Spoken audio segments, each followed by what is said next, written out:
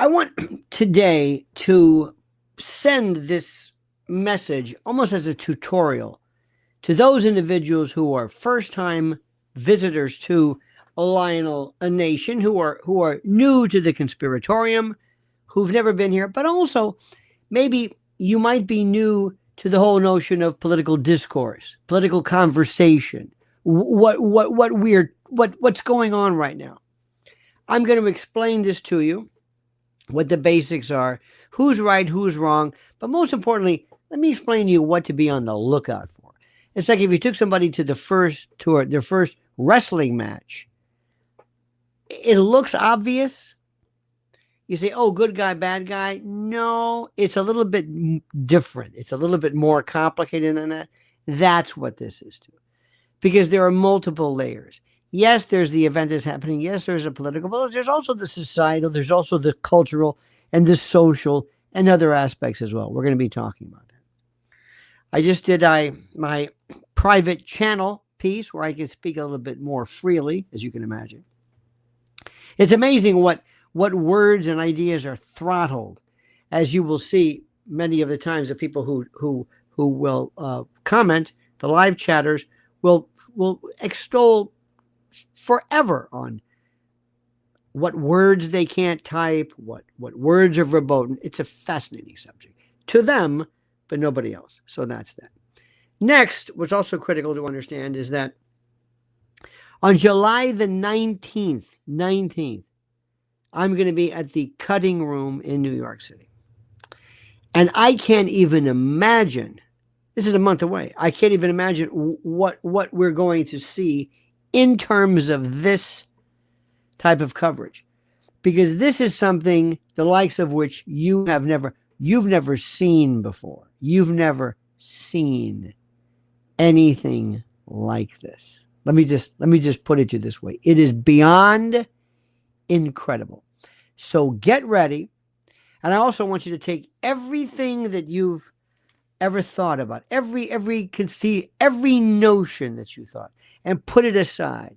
Because what you're going to do is listen to me. The comments are wonderful, but you're going to see a lot of folks just enter into the fray.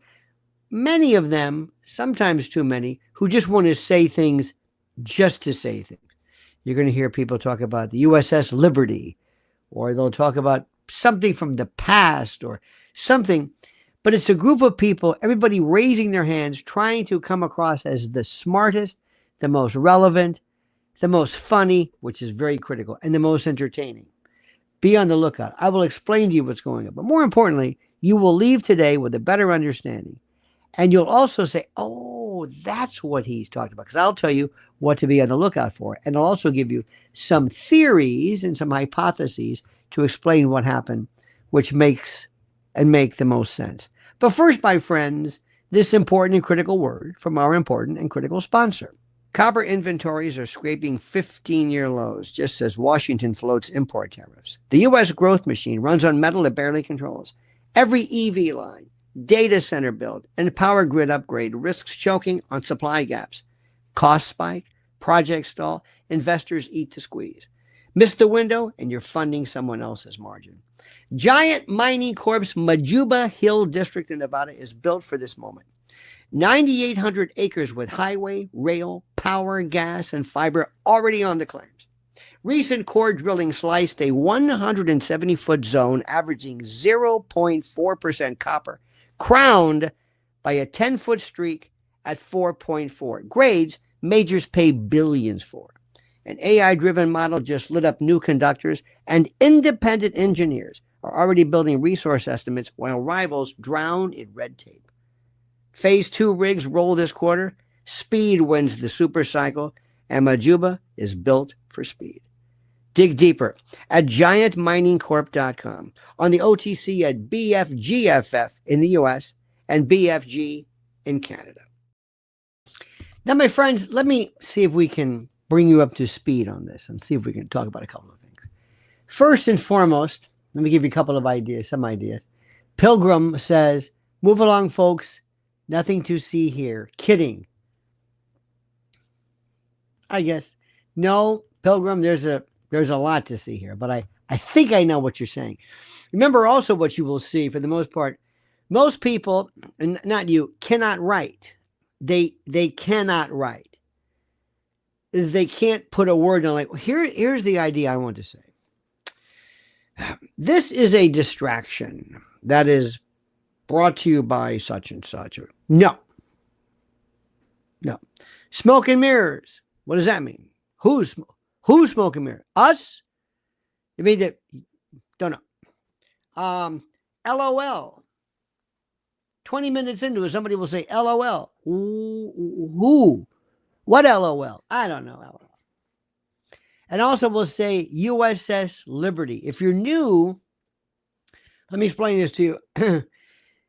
I, and most people I think who are of sound mind, look to Israel as a country. I call it a state.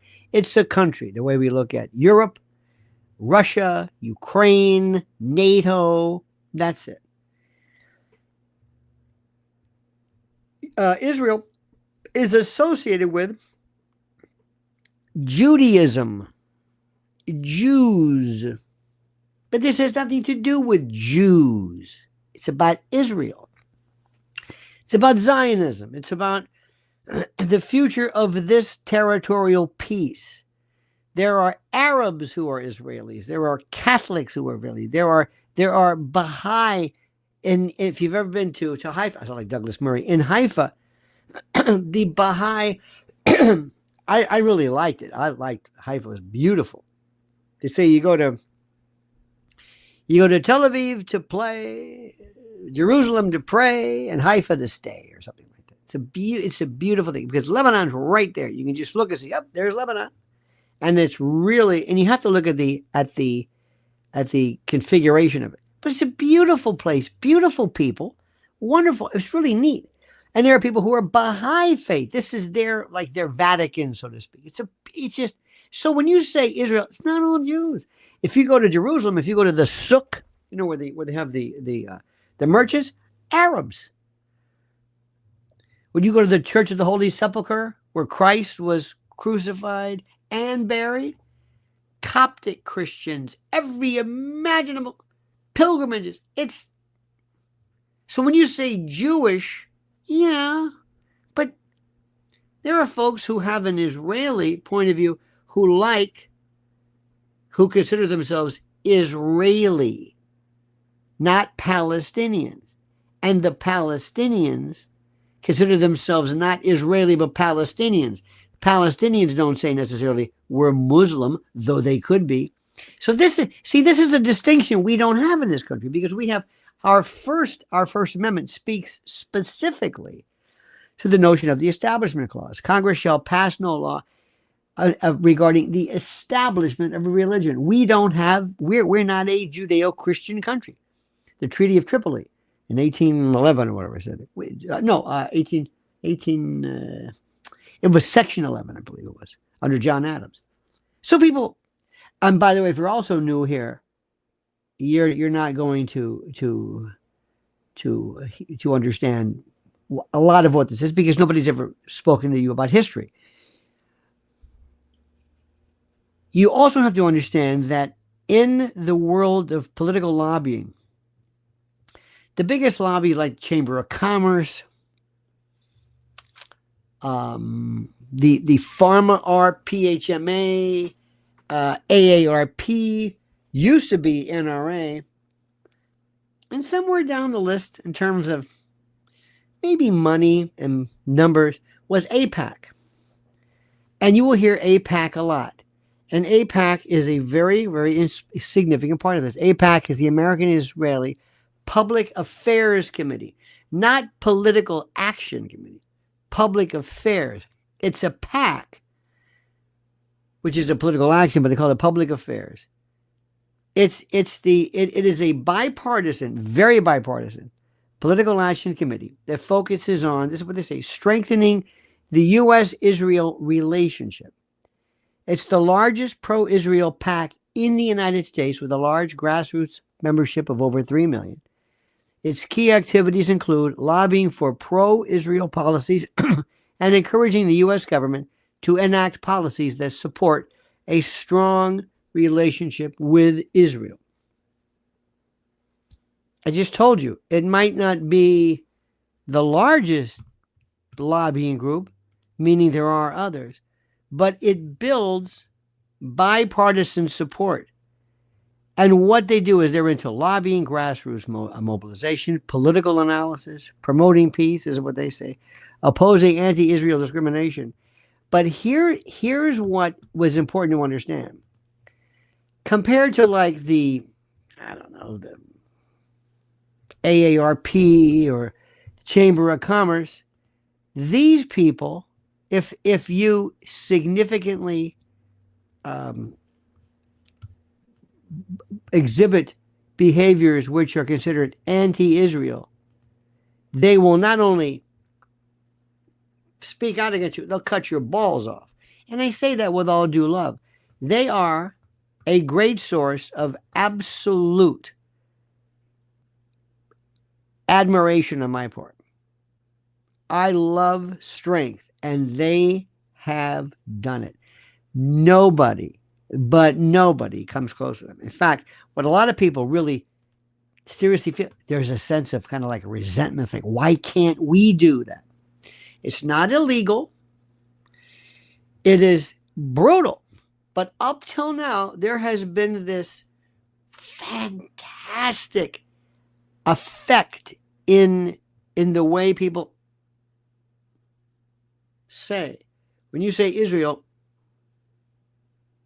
it's like, remember, if ever, and this is the strangest segue, but if you ever use the word, if you're ever in public office and you use the word Hitler, you've lost. Comparing somebody to Hitler, referencing Hitler, it just don't bring the name. I don't care what, you can explain it all day long. You can explain it all day long. Nobody wants to hear what you have to say about Hitler.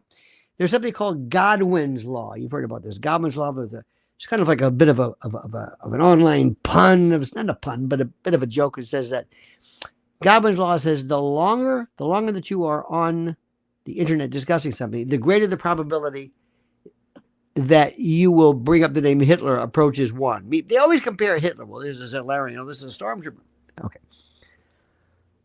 Up till now, there was a word that said, if you say Israel, you're dead. You're doomed. You're anti-Semitic. You say, I didn't say anything. Unless you say, I support Israel.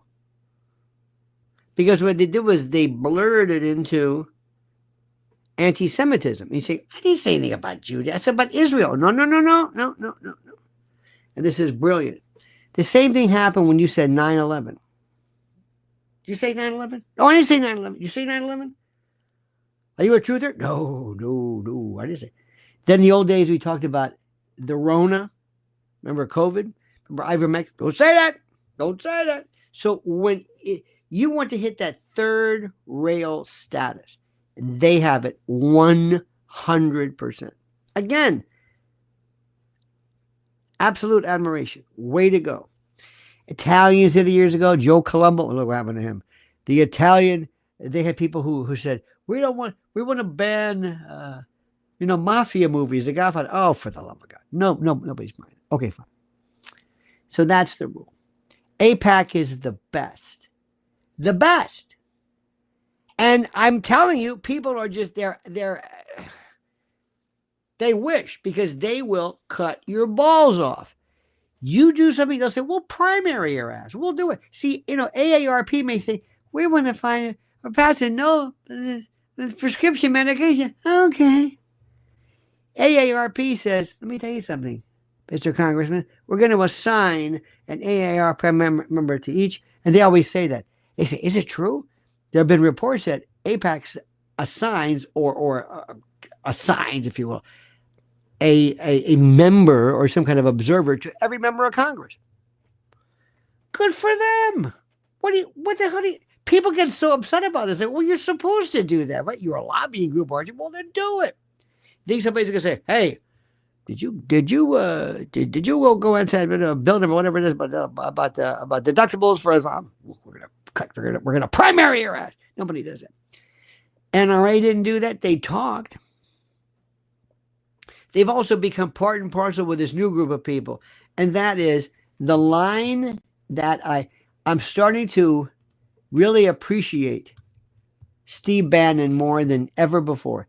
Steve Bannon said,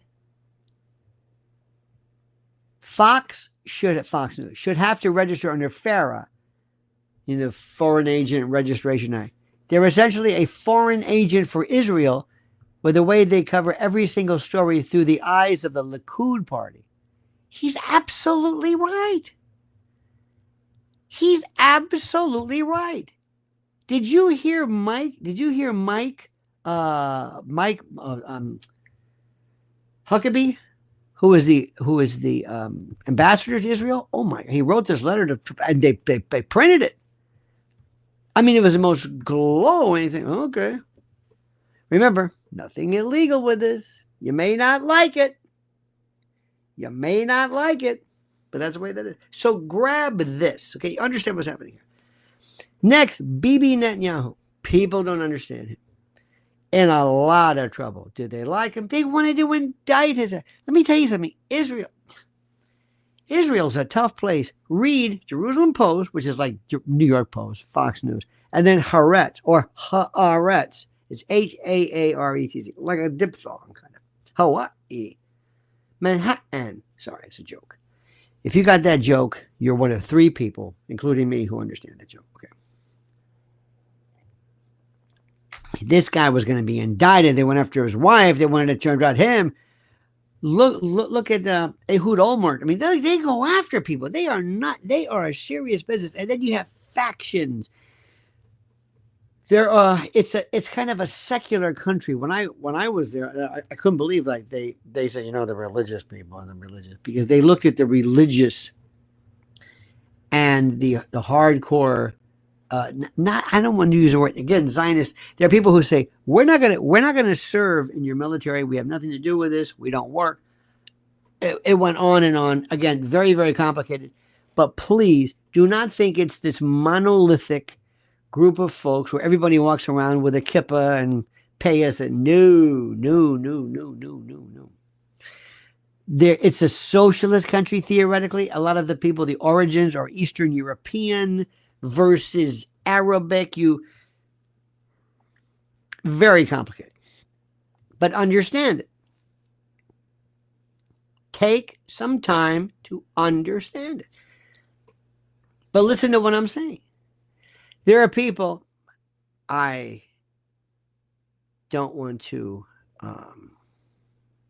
mention names, but there are some people who are very, very good, and other people who are seething.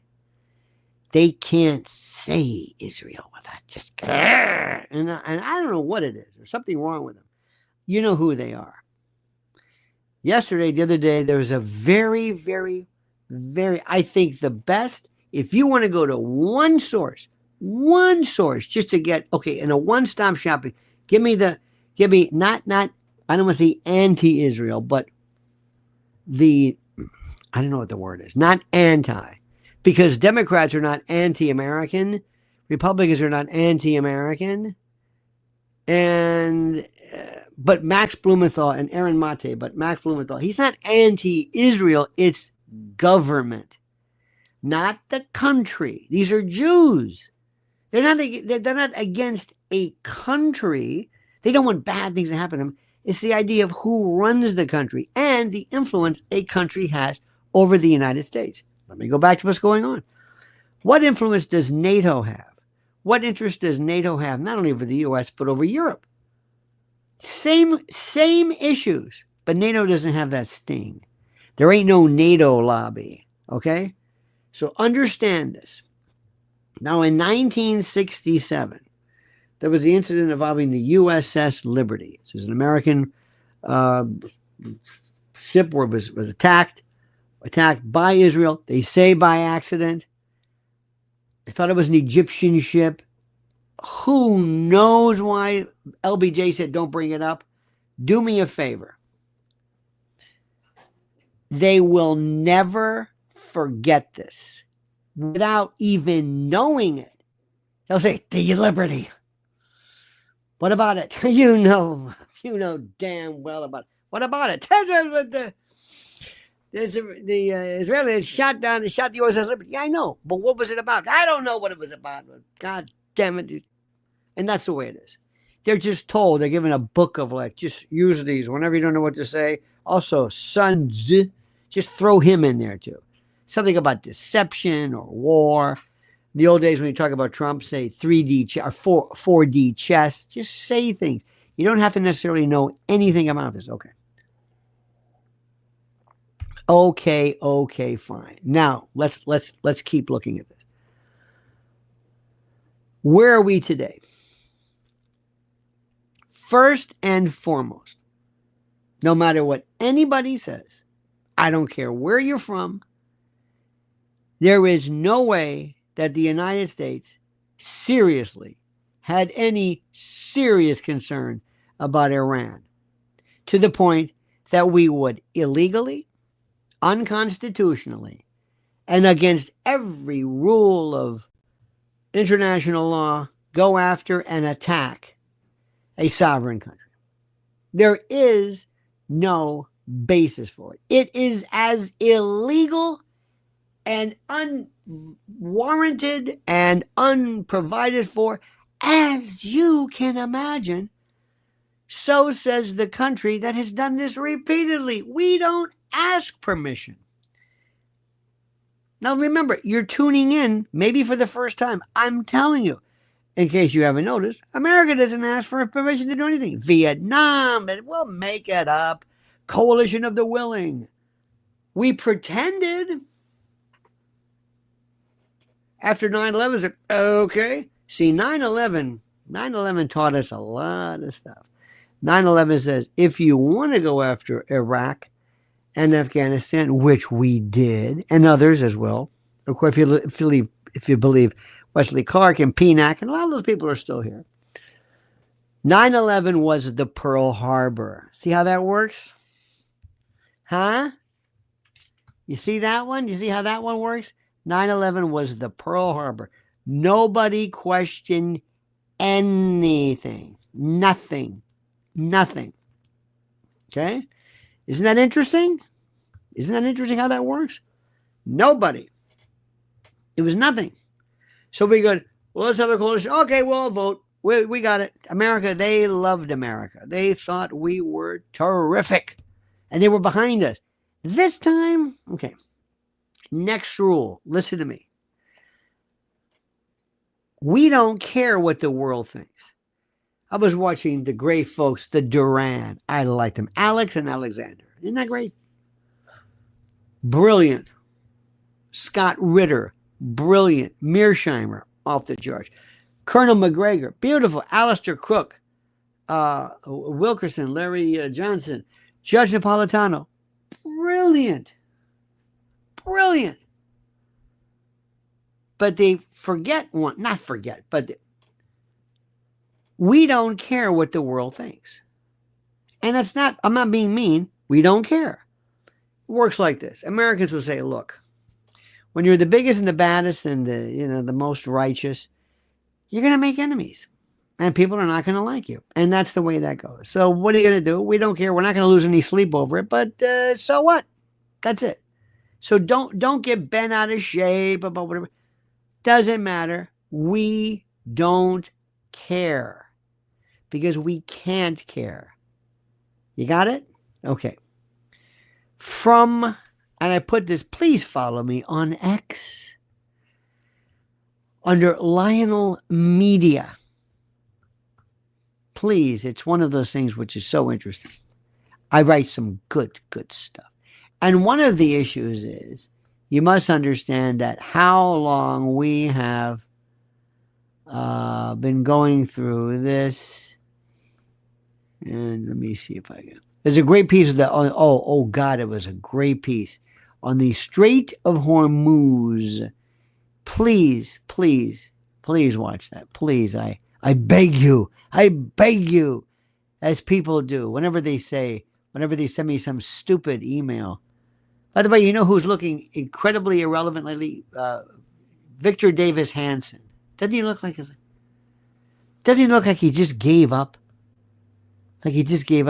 Bill Clinton, RT reposted something on him. 100% correct. Incredible. But I read this. Well, let me ask you this. Let me do this. Let me ask our good friend at ChatGPT. Let me do this. Okay, you're going to love this one. Very simple. In its entire existence, or throughout its existence, what percentage and how long has the United States been at war? Okay, that's the question. This is what you do. You go to ChatGPT. I like ChatGPT. I think it's like 4, OpenAI, whatever you want. Not Google, ask them. And then you get this story, which is the most phenomenally interesting here. Throughout the United States, in our history, we have been at war for approximately 93% of the time. It was founded in 1776. As of today, we are 249 years old. We have been at war 232 years. We had 17 years of peace. That's 93%. This includes Revolutionary War, Civil War, World War I, II, Vietnam, Korea, Iraq, Afghanistan, smaller military interventions, Panama, Grenada, Libya, Syria, and a covert, a whole bunch of undeclared. We go to war and we do anything we want. Now, I'm not being mean. You might want to call this a realist point of view, a la John Mearsheimer. It's just the truth. We don't care. We don't need no stinking badges. We don't care. We don't care. So, like I heard Alex and Alexander say, well, I don't know what this is going to do to the image, United States' image, our image, what people think of it. We don't care. We never have. And to be an American is a given that luxury. We don't care. Because whether you like us or not, it doesn't affect the bottom line. In fact, when people do like us, a lot of politicians say, we're not doing something wrong. We were born, we think we're better, smarter, more powerful, groovier, that kind of thing. So that's something we just don't care about. So remember this. Now, what am I getting at? I want to give you all these background stories first. I want you to follow that first. Follow that information first. Now, I want you also to think about what's going on.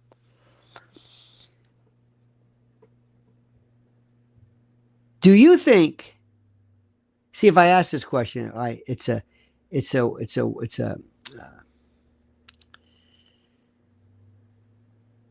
People, sometimes I stop and I read stuff and I look at this. I love this one. Golden says, wrong. Nothing about bring a doormat in MAGA. See, I don't know what this means. This is English. This is Galen Hoff. How? Wrong. Nothing about bring a doormat in MAGA Lionel. See, I don't know what this means. I don't know what the hell this means. But I tried to read it and I said, I don't know. You think he could have said, wait, before I hit send, does this make any sense to you? Hey, let me rewrite this. Help me out. Maybe run it through ChatGPT. Take an idea and kind of work it out. This is what I deal with. Wrong. Wrong. People love to say they're wrong. They don't know what the hell they're talking about, but that's okay. It doesn't matter because people love to say, you're wrong about that. You also got to meet this. There are people who love Trump to the point where it's a fetish. I think he's the best president in my lifetime. I would vote him again and again and again and again. He's not always right. Big time. But I'm not going to go Democrat. I'm not going to vote for anybody else. That's it. I mean, I'm sorry. I am stuck with him and stuck on you. All right? But people love to get upset. They love to get angry. But they don't know shit about what they're talking about. They don't know anything. They don't read. They sit back in their beanbag chair and their Cheeto dust. They tap it away in their basement. They don't know. But they love to be, God damn it. They just, so you try every now and then. I look over and I'm thinking, this doesn't make any sense. And half the time I spend this is most of my reaction to this stuff here. What? So anyway. Chat away, enjoy yourself. It's a free country. But half of the time, I don't know what the hell you're talking about. And there's no basis for this. But the truth is, and if anybody doubts this, you haven't been paying attention. We don't care about War Powers Act. We don't declare war. We don't do whatever. We actually said, the president actually looked up and said, and you understand something. We said, and when Iran told us that they said death to America, God damn it, that was it. You bombed a country because of what they said? You goddamn right I did. And people will say, well, what's wrong with that? What's wrong with that? Bombing a country because they said something? Who are they? We say bad things about other people. Well, that's because we're America. Pilgrim says, my homepage is Grok 3, much better than Google. Is that Google? Grok 3, no. Grok is better for graphics.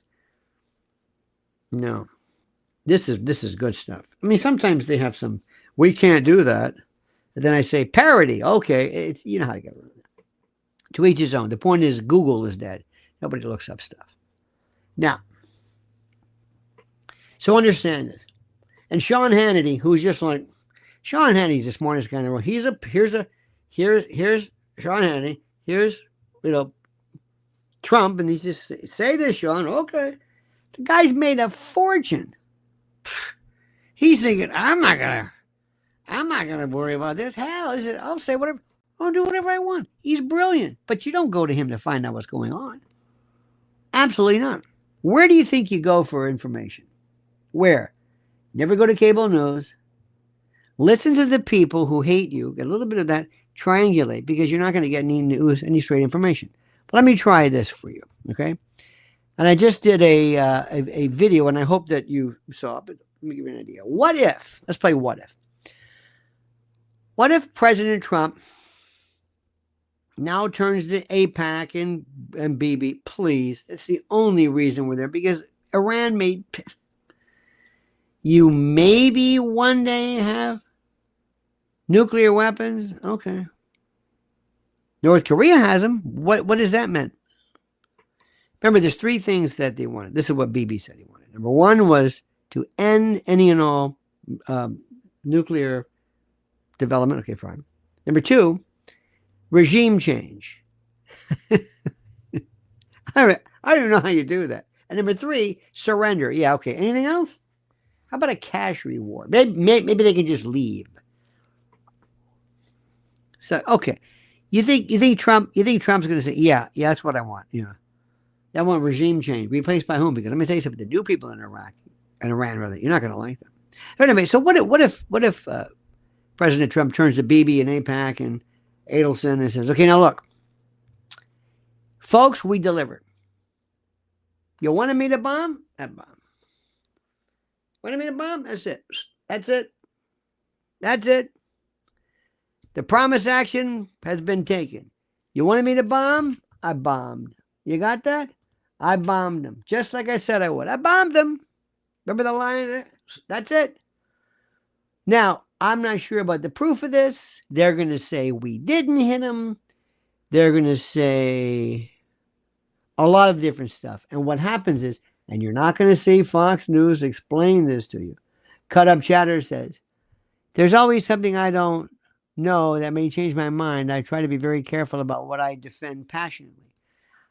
Yeah, absolutely. But I also want to hear as many different opinions as possible to hear what people think. It's like learning about a cuisine. You never thought about cardamom until you went into the world of Caribbean or Indian. Sometimes you'll learn from things. But the bottom line is simply this. The promised action has been taken. The box has been checked. The debt settled. No more. That's it. Thank you. Have a nice day, baby. We did it. What? We did it. Now, there are three sites that you may or may not have noticed, which is very, very interesting. There are three sites which are critical. Very, very, very, very critical. And that is Natanz, Isfahan, and Fordo. Okay? Natanz and Isfahan, you know what they're saying? What? You know what people are saying about those? No? Should I know? Yes. Some folks are saying that Israel bombed it before. There was nothing there, and they threw it in just to get rid of the old bomb. Anyway, but Fordo, Now, Fordo, that's the one people want to know about. Now, remember, are people going to learn geography? No. Are they going to learn the names? No. They're going to go to Ainsley and Lawrence, and they're going to say, ooh, they love it. They're sporting chubs. Look at this. Can we get a graphic of that big bunker buster? That's great. Boy, that's great. May not have been a bunker buster. What? Well, some people say it might be, I don't know, could be. They said it might have been submarine launched. May not be what you think it was. Yes, it was. Okay. Who's going to believe the news? If Iran says it, one thing, you're going to take their word for it? Of course not.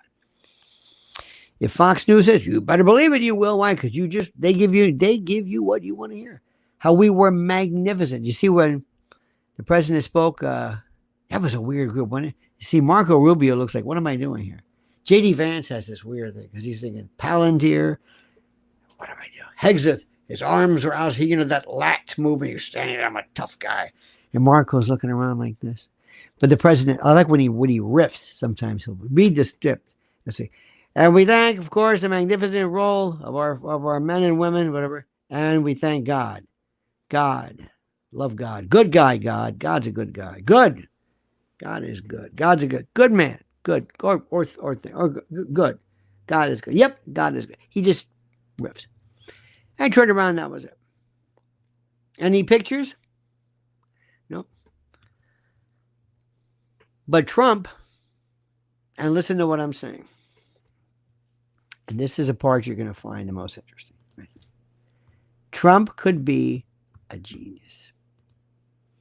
Raul says, will the U.S. continue to say hard hello to Iran? It's a good question. I don't know. George Len says, there's never been a better time to be open-minded. That's true. That's true. Indeed, there is. But let me tell you this much. What if Trump is so good at this? He says, watch this. There are some people in the world of organized crime that many people have suggested are, for lack of a better word, cretins. Not the smartest people, but cretins. But when it comes to making money and being criminals, oh my God, they're the worst. I mean, the best. They are genius. Genius. Trump may not be the most fluid and fluent in matters that are,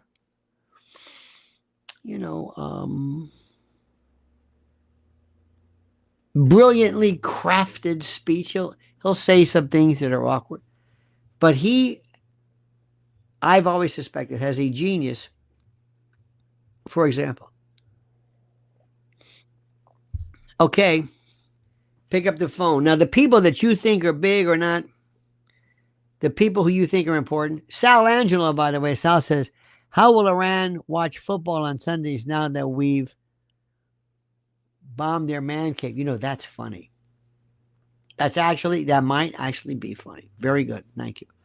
But let's go through this very carefully. What if Trump says, we got our back channel? Yeah. Call up Ayatollah. Yeah. Not from me. Dude, listen. For how many years do you think you've been warned about bombing your nuclear facility? How many years? How many years? How many years is BB up there with his red line? They got the line. How many lines? 20, 30? I don't know. Okay. Do you think maybe you've moved them by now? He's only been warning you for the past whatever, yeah. And when he says he's warning you, he's warning us about us because they don't have shit to bomb you with. They've got everything they've got, we gave them. They don't have anything. Every one of their missiles costs about $10 million a piece, whatever Iran has. If you believe somebody, I don't know, between 40, 50, 100,000, 400,000. Who knows these rockets? But they cost about 200 grand a piece. A lot of them. And they can wreak havoc. So what if Trump says, listen, I'm going to bomb you.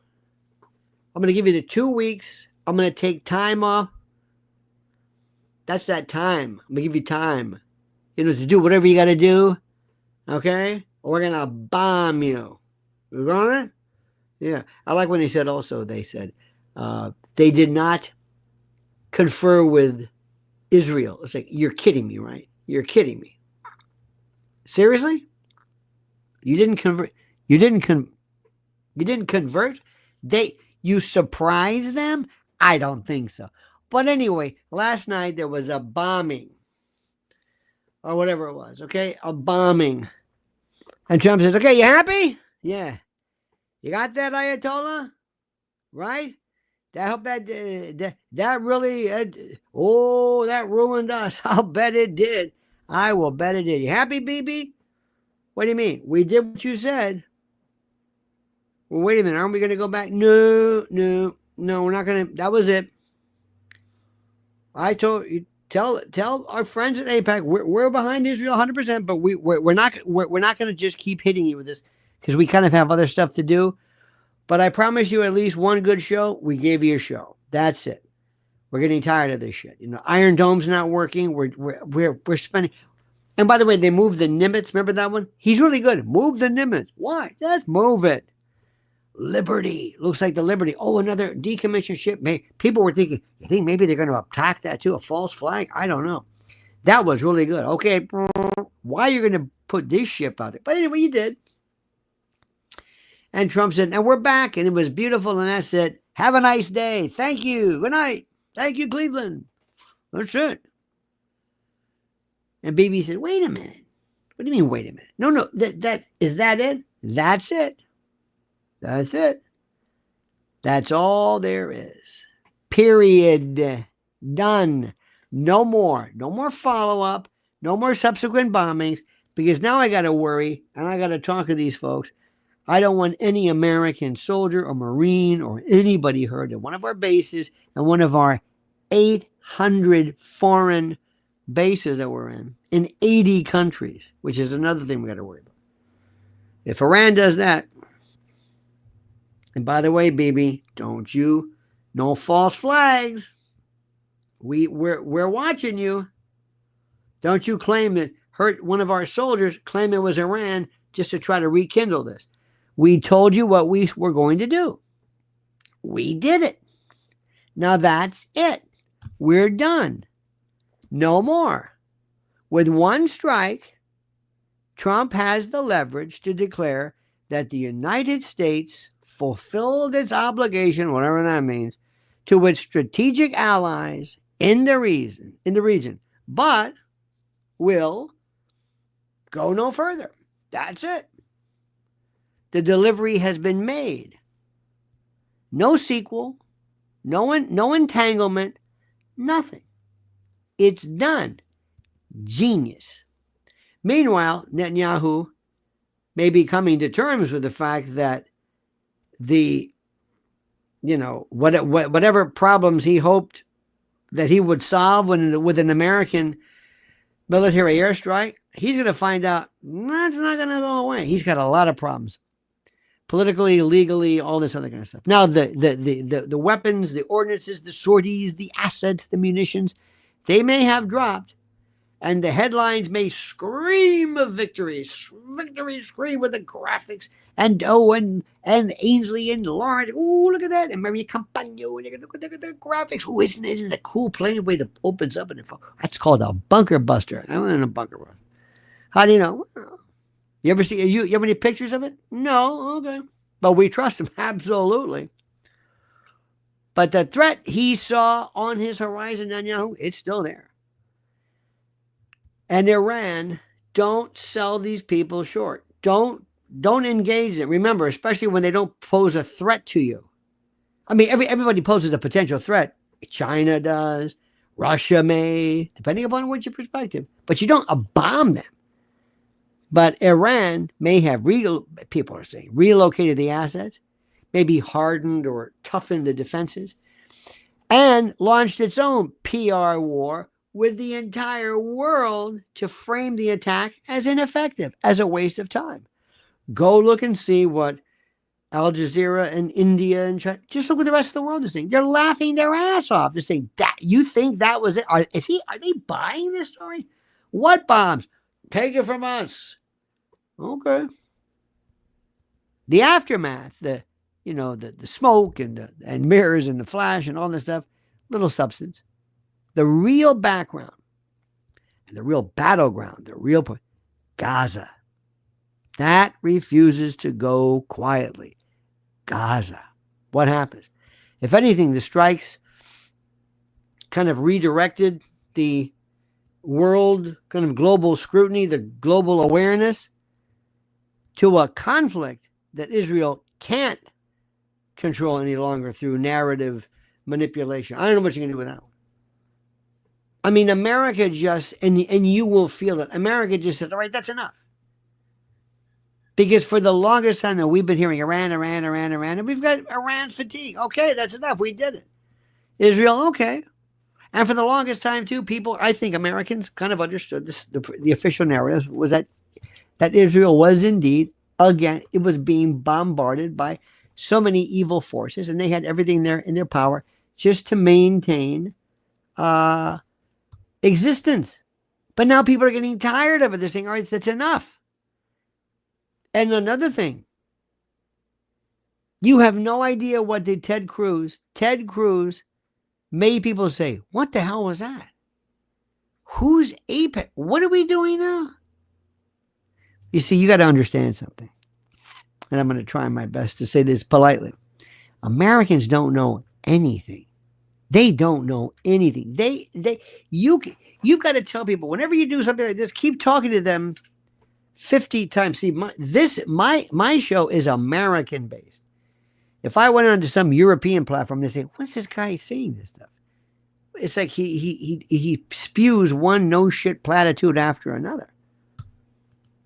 Because what I'm telling you right now is the stuff that is being released, maybe some of the evidence, satellite videos, and again, this cam drone footage, the clips, the montages, the pieces, heavily edited, no timestamp, no verified location, maybe old clips. You know how that is. We do it all the time. Iran releases its own clips, maybe some from old war games or others, I don't know, dramatized for propaganda. Do you believe any of this stuff? We always have the people say, oh, that's not true. You know what? A lot of times you'll see crisis actors stuff. You see this woman here? You see this woman running for her life and this thing? Yeah, well, see, I got a picture of her. She's in another event. And I'm thinking, how do you know that's the same woman? Well, it looks like her to me. Well, I don't think it looks like her. Each side gets to narrate its own version of, the facts and the events. Each selects the message. And the left is screaming that this is Trump, this is the Gulf of Tonkin, this is wrong. And the right fractured because they don't know what to do. Because MAGA, this hurts MAGA, sorry. They begin to devour itself. And the neocons, they're foaming at the mouth for war. They're clashing with isolationist America. First base, this group. And in the middle, Trump, poised, strategically ambiguous, maybe even disinterested. Maybe Trump doesn't even care at all about this. He already declared the mission accomplished. He already said it. That's it. We're home. That's it. That's it, folks. Have a nice day. This guy could be this 4D genius. Now, from a realist point of view, from a Mearsheimer-esque, it's worth considering, my dear friends, that the entire confrontation was a coordinated performance. Strategic performative scrums, kabuki, choreography, agreed upon kind of in whisper. Like, okay, you got that? You got that? I got that one. And Iran, aware of the strike window, many are saying it could very well have this possibility, evacuated high value assets. And the United States and Trump, who would be a little unwilling to launch a real war, they issued so many advance warnings through back channels. So much, why you? The missiles flew. I guess the headlines blazed. But the damage was de minimis. Is that a possibility? You betcha. Iran's response was theatrical. A few rockets into empty desert, no casualties. Red lines uncrossed, that's it. The Ayatollahs, rally their base. The Pentagon runs victory laps. And the world moves on. And it's over. And it's a genius. And it's not without precedent. In a newsletter, I hope you subscribe to my newsletter. It's going out one's later, going out tomorrow, but kind of reformulates this. Remember, during the Cold War, there was all this shadow boxing and this feigned kabuki stuff. In 1983, look up Able Archer. This was I think it was a NATO, but it was a kind of a drill, which later on the U.S. found out we were this close away from nuclear conflagration because the Russia thought it was real. The U.S. and Russia danced very, very close. It was the USSR then to nuclear war, and was based on a mutual misreading of kind of scripted aggression. Now today, what we're seeing right now, this may be a reboot, kind of a necessary, conflict or something to kind of reestablish credibility, but it's very well carefully managed to prevent real war, true fallout. And what both Iran and the U.S. need now is stability. And we have to tell Bibi, and he will, that's it, baby, because you know and I know. Trump doesn't like Bibi. No way. Nobody likes him. Nobody does. Listen, you may not like Obama, and I understand that, but the way he treated Obama was incredible. See, this is the theater of conflict. And it gives both sides the chance to, establish legitimacy and toughness. The Ayatollahs and the mullahs can say, they stood up to the great Satan, we did it. Meanwhile, their ranks, because Trump brought them together more than you can imagine. Okay? Seriously. MAGA, make Iran great again, whatever it is. And Trump can say, he struck first and struck hard. And yet, beneath all this posturing and all this choreography and all this kabuki theater, there's this truth. Trump needed this. Trump needed this. Not a war, not another Afghanistan, but some signature moment to reassert strength. To let people know, hey, don't mess with him, but he didn't really do anything. Well, it doesn't matter. As domestic critics go crazy in this anti-Trump world, and indictments and all this kind of stuff, the media will amplify every misstep. You know that? This Iran strike maybe gives Trump a momentary political reprieve. I'm curious as to what, I'll bet you his poll numbers go through the roof. A chance for him to pivot, kind of change the narrative. Now, whether the strike was militarily significant, you're not going to know the truth one way or the other. But it delivered politically. It will dominate whatever today's... do they even have Sunday shows? I guess anyway. It's going to bury the latest scandal, whatever it was. And it's good for 3 days. And most importantly, most critically, it allows President Trump the chance to return to the campaign trail, so to speak, as a wartime prez for midterms coming up. Without a war. It's genius. Israel, Bibi, on the other hand, they may have overplayed their hand. See, by pressuring Trump, by pulling it, you got to do this, into this limited engagement, it exposed itself now to this more of a global rebuke, a global disagreement, the consternation of the world, without resolving its core strategic strengths, or threats rather, excuse me. Because Israel is going to say, okay, you bomb them, now what? Israel doesn't even know. They're going to claim our intel, we destroyed it. Okay. If Israel says that's not enough, you didn't do it, Trump's going to say, excuse me? You better go on TV.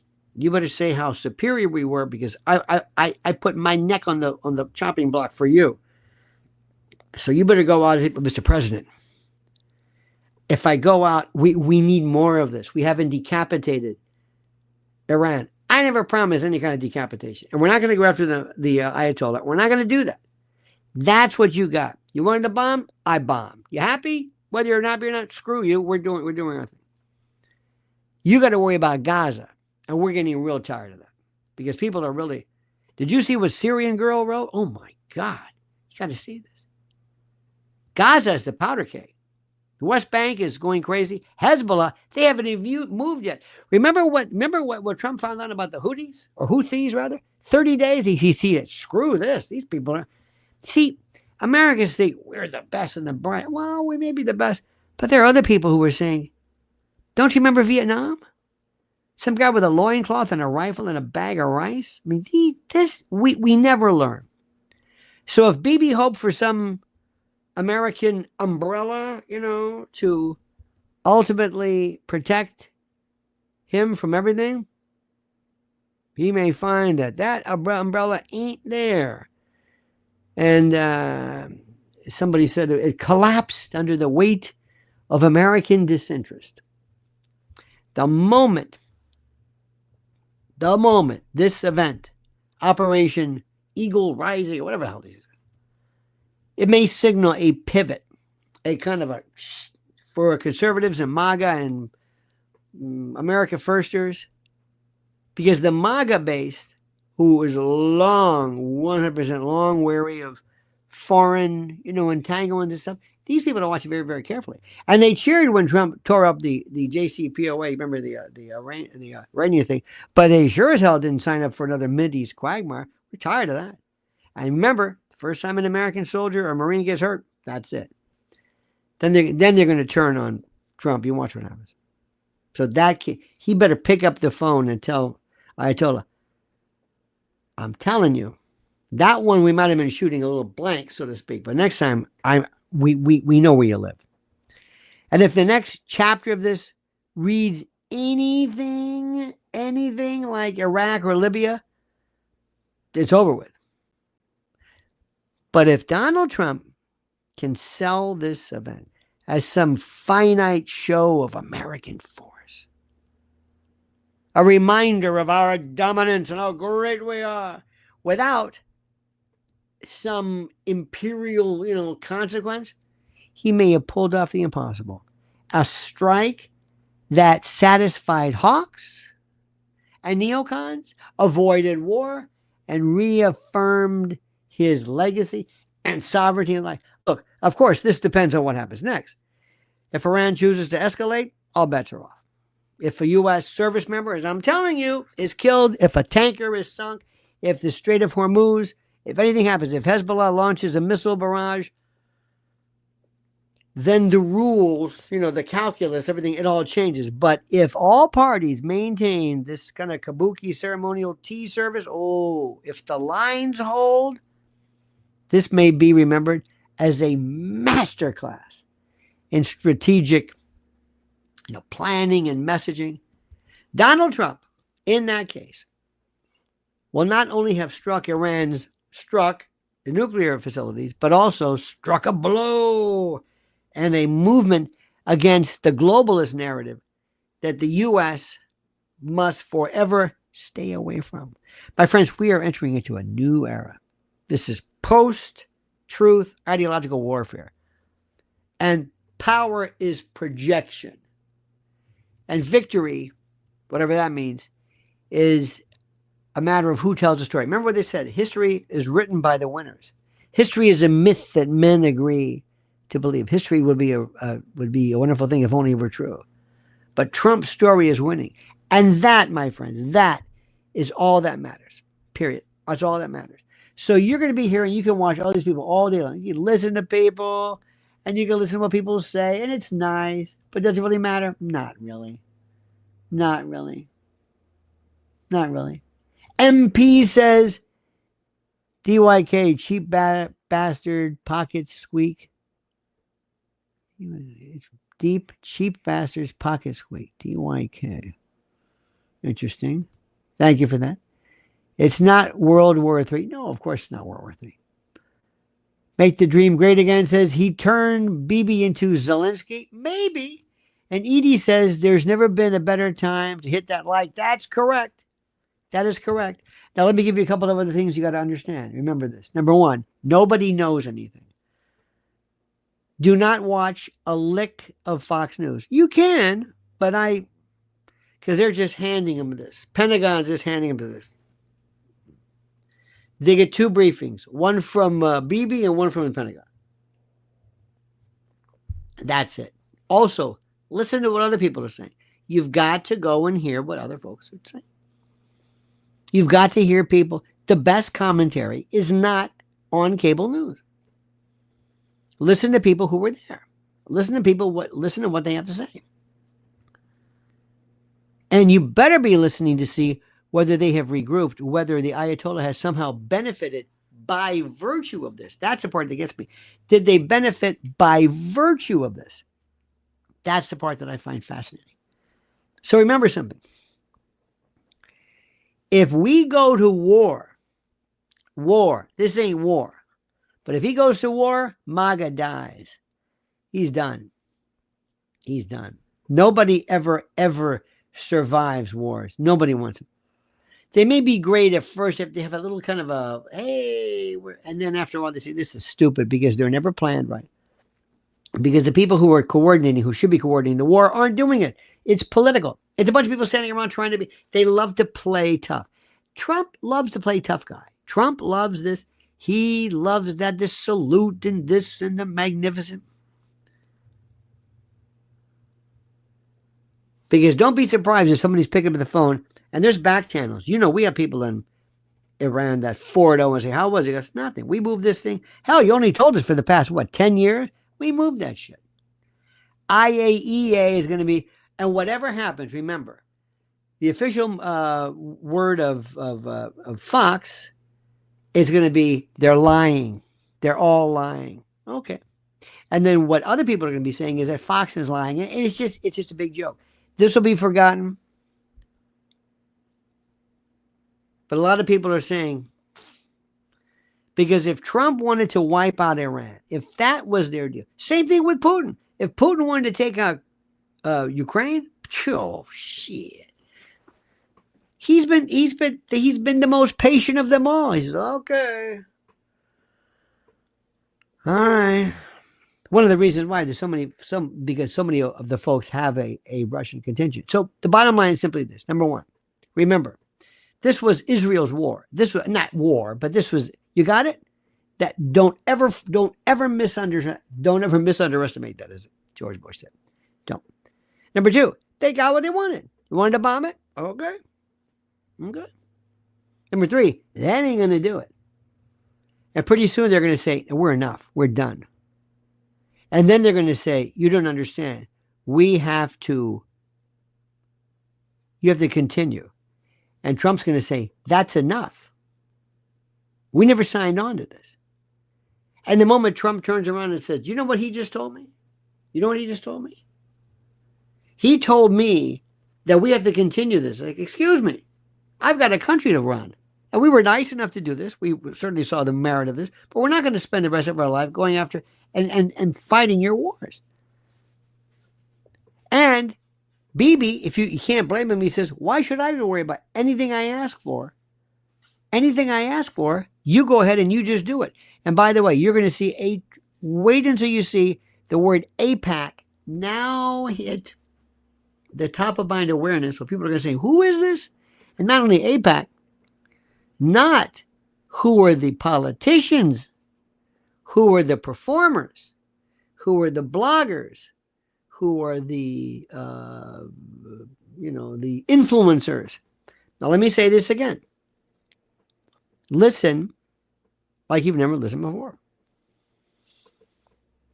There's nothing that is illegal about AIPAC. Somebody who might be acting, Logan Act stuff, Farah, that's going to be kind of tough. But there's nothing illegal about it. Ronald Reagan got his start really after his acting, when he went around the country doing lectures and things for GE. America is propaganda. Propaganda is America is the world. Propaganda, the word from Gregory Pope the 17th or something, from propagandum, the propagation of the faith. It was to disseminate faith. Propaganda is not a bad thing. Bernays told you that. But if I would tell Mr. President, I would say, you are brilliant. He is such a bluffer. It's bluffing, sleight of hand. It's the most incredible thing in the world. He basically told people. What he was doing. And I'm giving you 2 weeks. Okay. Why? Hey, I'm afraid. And he would say things so people would say, what? I don't want this to be, this might be Libya. Now you're thinking about this? He knew. We're going to be moving the Nimitz. The Nimitz? Okay.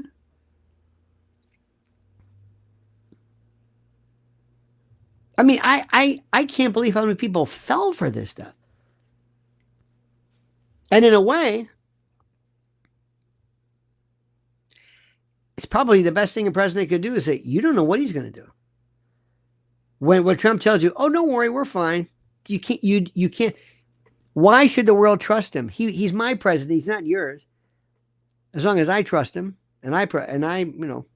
but watch what's happening. Wait until the next one is Palantir. Oh man, that's going to be harder because that's hard. That's AI and that's coming up next. But AIPAC, by the way, Palantir is going to go the way of Halliburton, but AIPAC was not irreparably, but really hurt by Ted Cruz. I mean, they're going to have, what I would do if AIPAC involved me or asked me what to do, I would say, you've got to send one of your handlers to go to each person and say, here's what you do. Whether AIPAC supports me, you pull out a list and says, yes, they do, because it's written there. But so does the Chamber of Commerce, so does the veterans, so does the Girl Scouts, you let them know. Don't run from this. Ted Cruz did more damage than you could ever imagine. You know who's really losing her mind? Candace Owens. She just gets so contagious. She acts like she feels the pain. It's like, listen, you're not going to make it to 50 if you get this upset all the time. So just take it easy. Listen, I've been through this my whole life. Vietnam, well, before that, it was Korea, Vietnam. I was born after Korea, but Vietnam, and then remember, oh my God, we did every conceivable, all of our ops, CIA and others, but we've done more. Grenada, and just these weird things. We just do whatever we just do. We picked up. Remember, Noriega just picked his ass up and how we target assassinate people, I have no idea how we do that. We just do it. So, I mean, nobody says anything. Can you imagine if all of a sudden, one day, Paris, I'll make it easier. Let's say this wouldn't happen, but let's say Putin decides, you know what? I don't like this guy. And Putin sends out some hellfire missile that shoots somebody and kills somebody. And Putin says, yeah, we did it. And Putin goes on TV just like Trump and brags about it. Al-Samani, you dirty dog, They would go nuts. But when Trump does it, people say, well, that's Trump for you. The man's a genius. He comes across sometimes oafish, but he's not. He's like that mobster who understands business. You understand what I'm saying? You dig it? So Edie Crowley and Make the Dream Great Again, thank you. MP Sal Angelo, thank you, my friend. George Lenz, Raul Rodriguez, and Mr. Media, Pilgrim Media, and Brad Opland, thank you for this. Don't forget, July the 19th at the Cutting Room. Tickets available. I linked them on here. Follow Mrs. L at Lynn's Warriors. Can't say that enough. This week, she's going to be busier than you can imagine. Wait till you see where she goes. How she does it, nobody knows. And thank you. Make sure you're subscribed to Lionel Nation, Boy, they've been hitting our subs like you can't believe. I don't know why. They always say, well, we're doing a purge. I don't know. But, it is what it is. I'm just speaking the truth. So the bottom line is simply this. Don't get bent out of shape about this. This is not World War III. Sorry. I'll tell you when it's time. I'll tell you when it's time to really worry. But watch what other people say. And the commentaries are fantastic. Unbelievable. But remember, in order for you to speak the truth doesn't mean you hate America or that you hate Israel or that you hate Iran. This has nothing to do. It's not personal. It's not personal. It's like Michael told Sonny. It's not personal. It's not personal, Sonny. It's business. That's it. All right, dear friends, have a great and glorious day. Thank you so very much. Remember, subscribe. Make sure you're subscribed to Lionel Nation. And until we meet later on, remember, the monkey's dead. Show's over. Sue you. Dad.